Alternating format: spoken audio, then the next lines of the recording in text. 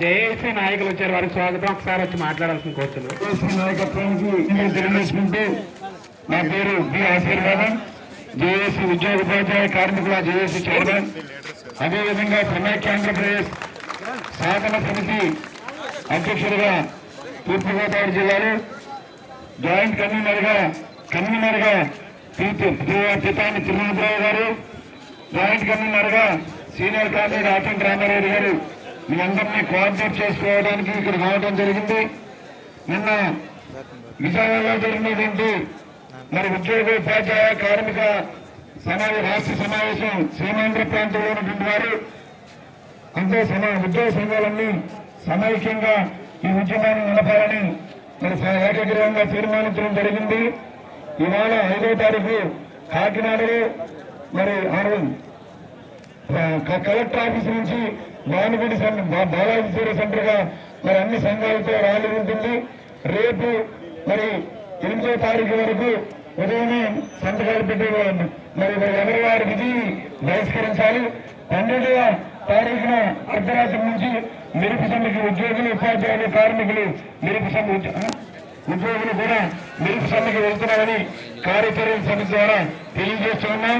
దీనికి మరి విద్యార్థులు యూనివర్సిటీ ద్వారా మరి ఉపాధ్యాయులు కానీ కార్మికులు కానీ మాతో కోఆర్డినేట్ చేసే కార్యక్రమాలని జయప్రదం చేయవలసిందిగా సమైక్యాంధ్రానికి కట్టుబడి ఈ రాష్ట్రాన్ని సమైక్యంగా ఉంచాలనే ఉద్దేశంతో తీసుకున్న నిర్ణయాన్ని మీ అందరికీ సభాముఖంగా తెలియజేసుకుంటూ మధ్యాహ్నం 3 గంటలకు కలెక్టర్ ఆఫీస్ కార్యాలయం నుంచి బహిరంగ ర్యాలీ ప్రారంభం కానుంది.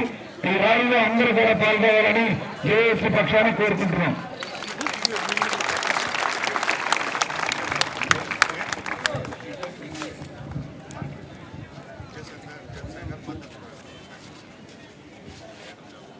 ఈరోజు రాష్ట్రం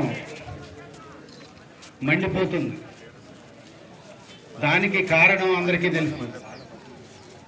కానీ ఇప్పుడు ఉన్నటువంటి మన ప్రజానీకంలో సరైనటువంటి అవగాహన ఈ ఉద్యమం గురించి లేదు.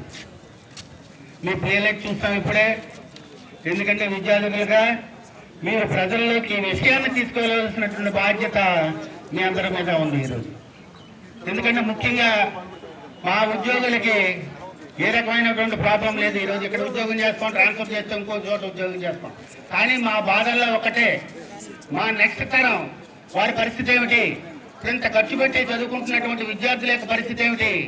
ఈరోజు లక్షలాది కొద్ది రాష్ట్రంలో ఉన్నటువంటి నిరుద్యోగుల పరిస్థితి ఏమిటి? ఇప్పుడే మీరు చూపించినటువంటి ప్లేలెట్లో చూస్తాం. ఇక్కడ కేంద్ర ప్రభుత్వ రంగ సంస్థలు దాదాపు 42 వరకు కూడా ఈరోజు హైదరాబాద్ లో ఉన్నాయి. హైదరాబాద్కి ఎందుకు వచ్చినాయి? అవి సమైక్య ఆంధ్రప్రదేశ్ కి రాజధానిగా ఉండడం వల్ల మాత్రమే ఆ సంస్థలు అక్కడికి వచ్చినాయి. కాబట్టి అందరికీ కూడా సమాన అవకాశాలు కావాలని మాత్రమే మనం కోరుతున్నాం. అలాగే ఐఐటీల విషయం వచ్చినట్లయితే మన ప్రాంతంలో ఉన్నటువంటి ప్రాంతాల్లో ఏ ఒక్కటి కూడా లేదు. అన్ని కూడా అక్కడక్కడ డంప్ చేయబడినాయి. అలాగే పారిశ్రామికీకరణ విషయంలో చూసినట్లయితే మన కోస్తా ఆంధ్ర సీమ ప్రాంతాలు చూసినట్లయితే ఒక్క పేరున్నటువంటి ఇండస్ట్రీ లేదు, ఒక్క స్టీల్ ప్లాంట్ ఒకటి తప్ప. మీకు బిహెచ్ఏఎల్ చూసినా, హెచ్ఏఎల్ చూసినా, మిగతా అన్ని కూడా కేంద్ర ప్రభుత్వ సంస్థలు ఈసీఐఎల్ కానీ లేకపోతే బిహెచ్పివి కానీ అన్ని సంస్థలు కూడా హైదరాబాద్ లో డంప్ చేయబడి ఉన్నాయి. ఈ రోజు చదువుకున్నటువంటి విద్యార్థులకు ఉద్యోగం వచ్చే పరిస్థితి లేదు, నిరుద్యోగులకు ఉద్యోగం వచ్చే పరిస్థితి లేదు. ఇంకొక విషయం తెలియజేయాలంటే ఆర్థిక పరిస్థితి, మన ప్రాంతం యొక్క ఆర్థిక పరిస్థితి ఎలా ఉన్నదన్నది మనం తెలుసుకోవాలి.